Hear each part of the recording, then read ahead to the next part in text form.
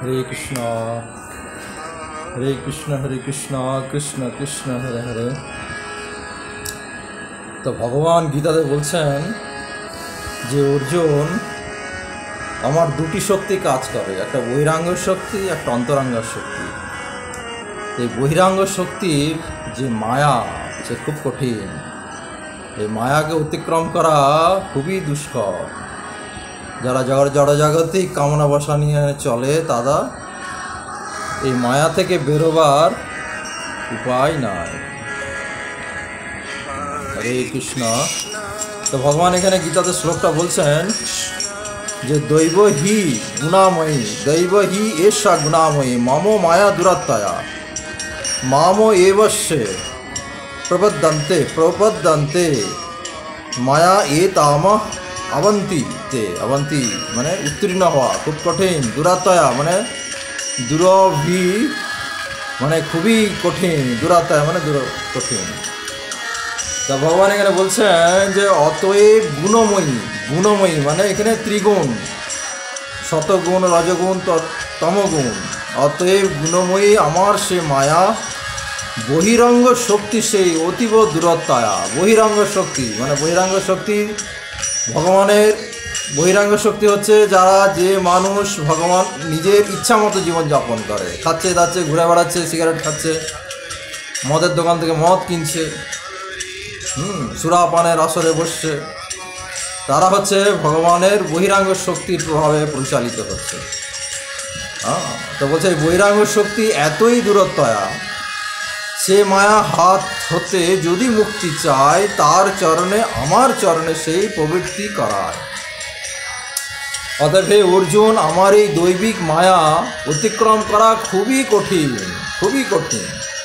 কিন্তু যারা আমাতে প্রবর্তিত মানে আমার শরণাগত, তারাই এই মায়া অতিক্রম করতে পারে। দৈবিক বলতে এটা হচ্ছে অলৌকিক, এই শব্দটার অর্থ অলৌকিক মানে অদ্ভুত। তো ভগবান কৃষ্ণ গীতাতে বলছেন যে এই যে মায়ার প্রভাবটা খুব কঠিন, খুব টাফ যে কোনো ব্যাপারে।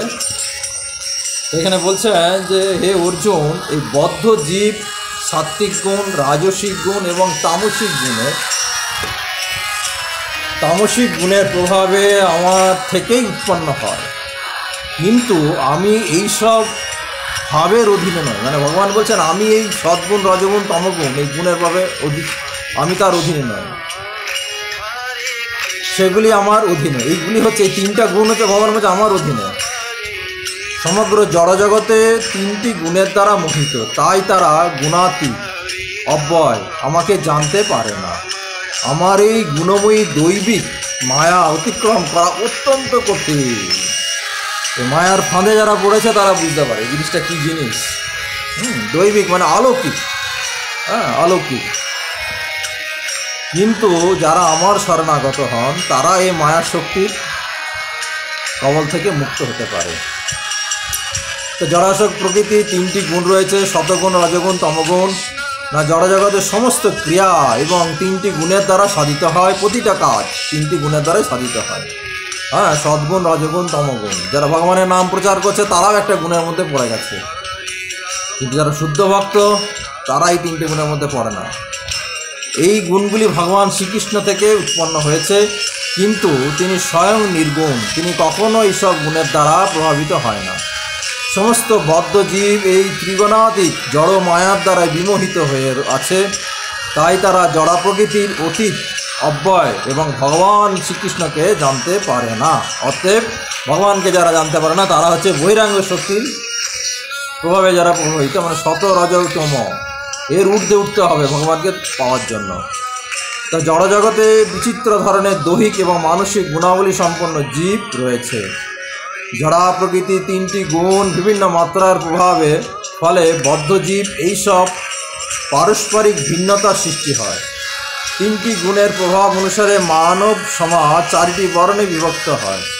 যারা সদ্গুণের প্রভাবে প্রভাবিত তাদের বলা হয় ব্রাহ্মণ, এবং রজগুণের প্রভাবে যারা প্রভাবিত তাদের বলা হয় ক্ষত্রিয়। ও তম ও রজ ও তমগুণের প্রভাবিতকে বলা হয় বৈশ্য, আর যারা তমগুণে প্রভাবিত তাদের বলা হয় নমশূদ্র। কিন্তু প্রত্যেকের মধ্যে একটা দিব্য সত্তা আছে, মানে অলৌকিক গুণ আছে। বা এখানে বলা হচ্ছে দিব্য সত্তা বা আত্মা রয়েছে, তা গুণমুক্ত। এই যে মানুষের প্রতি মানুষের ভেতরে যে পরমাত্মা রয়েছে, আত্মা রয়েছে, এইটা কিন্তু গুণমুক্ত। যার জন্য আমরা দেখতে পাই বহু মানুষ নিচকুলে জন্মগ্রহণ করেছে কিন্তু তারা শুদ্ধ ভক্ত, যেমন হরিদাস ঠাকুর শুদ্ধ ভক্ত। তাই এই বর্ণ বিভাগে নিত্যময় মায়ার প্রভাবে আমার দেহের স্বরূপ বলে মনে করি, এবং নিজে হিন্দু, যাহে হিন্দু বাঙালি সব মনে করছে। তো এই যে মায়া, এই পরমেশ্বর ভগবানের অনন্ত শক্তি রাজি, ভগবান অনন্ত শক্তি অধীশ্বর, জীব তার পরাশক্তি থেকে উৎপন্ন হয়েছে। আর মায়া হচ্ছে ভগবানের অপরাশক্তি। ভগবানের অপরাশক্তি হচ্ছে মায়া। জীব যখন মায়া শক্তির সংস্পর্শে আসে, তখন সে তার দিব্য স্বরূপ বিস্মৃত হয়ে যায়, মানে ভুলে যায়, ভগবানকে ভুলে যায়। তার ফলে সে কী হয়, সে বদ্ধ হয়ে পড়ে, যাকে বলে বদ্ধজীব। এই মায়ার প্রভাবে কী হয়, বদ্ধজীব হয়ে যায়। এবং এইভাবে কতকাল সে বদ্ধ হয়ে থাকে, 84 লক্ষ জনিতে ভ্রমণ করে যারা এই মায়ার কবলে পড়েছে। সুতরাং গুণ শব্দের আরেকটি অর্থ হচ্ছে রজু, মানে দড়ি। মম মায়া। তো যাই হোক, মায়ার 3টি গুণ, প্রতিটি গুণ জীবকে দৃঢ়ভাবে জড়জাগতিক পরিবেশে বেঁধে রেখেছে।